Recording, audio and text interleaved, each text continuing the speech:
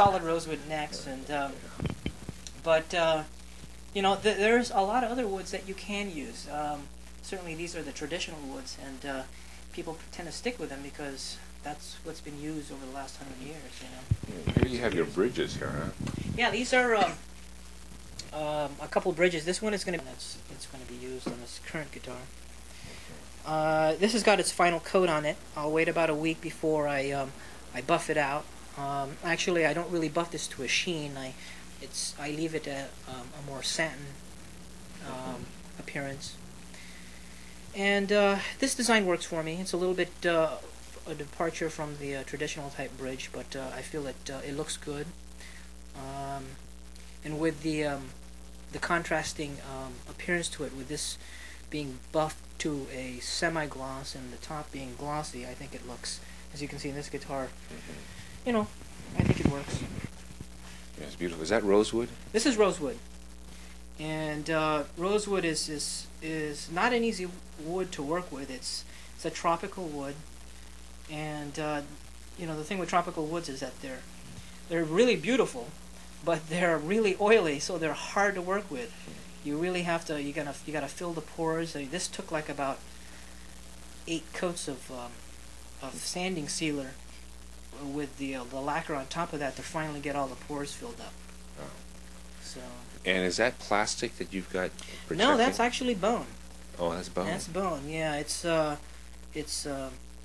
sandwiched. There's 2 veneer strips or purfling strips of wood sandwiched in between the bone, and I have a dovetail type of joint that this slips into.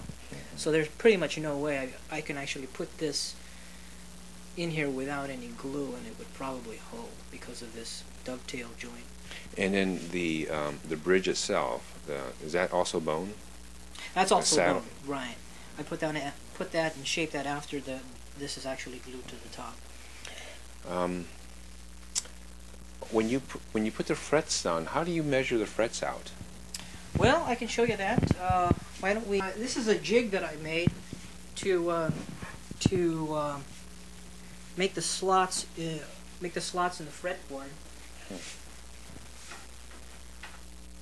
And basically, what I've done is that I've calculated or I've marked out the increments on this template, so that it corresponds to the when I cut it out, it will guide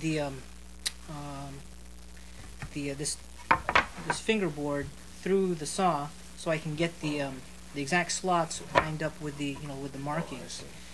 And the reason for doing it this way as opposed to marking it on the fretboard is that you only have to do this once. And once you put the markings on here, this is actually on this side is 650, and this one is 646. 650 being the most common scale for a classical guitar. I've pretty much made it for however this thing lasts. If this can last like maybe 100 guitars. I can, as long as it doesn't wear out, I can use this over and over again. Because my markings are here, and basically I would just make one saw cut and line it up to the number 1, slide that through the table saw, and then just move it up down the line. And as long as this is accurate, and then you line it up, evenly with your the number 1 marking, you're never going to be off. I see. Yeah. So it's a time-consuming one. It took a long time to make this, but then once you make this, it's you can make one in 5 minutes, as opposed to if you had to mark this out, one line at a time, it would take you, literally an hour to do. But then once you have this made, you can do it in less than 5 minutes. And this is ebony? This is ebony. This is probably from Madagascar. It's another tropical wood that is becoming increasingly hard to find. When you add up all the different types of wood that you use for a high-quality guitar, how much are you spending in terms of the materials? It really depends on how rare the wood is. With the wood that I'm using, I would probably say with wood and materials, probably it would come out to about $500-600 maybe, It's quite a bit.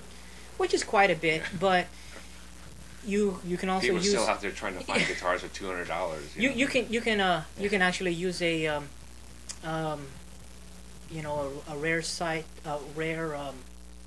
of Brazilian rosewood, and that could cost you $500 just for the back and sides alone. Wow. You know, so you certainly don't want to.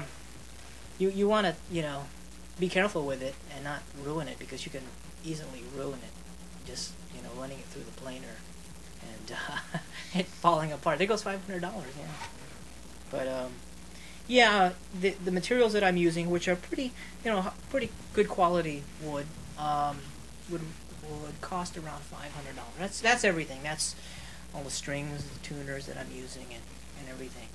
The about things like truss rods. I know that in in one classical guitar that I have, there is a truss rod, although it's not tightened. And that was actually started by, the idea was started by Greg Smallman. So you don't think that?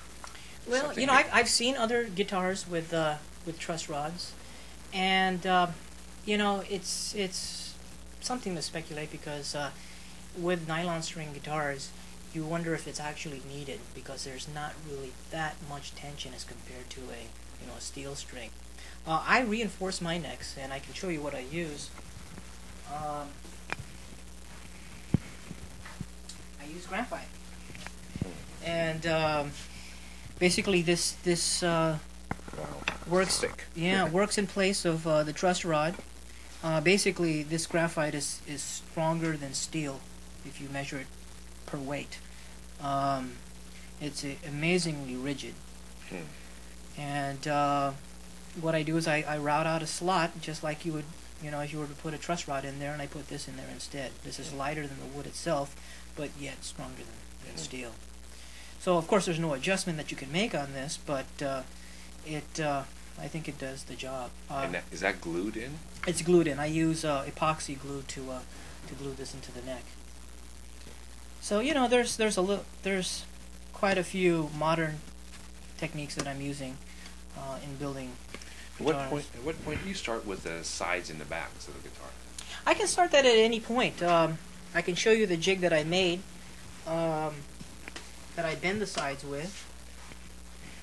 That's this thing right here.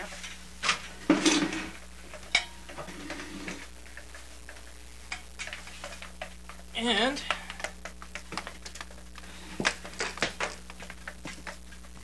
this is a side bending machine that I actually bought plans for. Wow. I can start at that process, any time during the construction. Sometimes it might be the first thing that I do. And it heats up, I take it. It heats up, yeah. There's 3 light bulbs in there, 200-watt light bulbs. It's insulated with metal siding, so it doesn't burn the wood.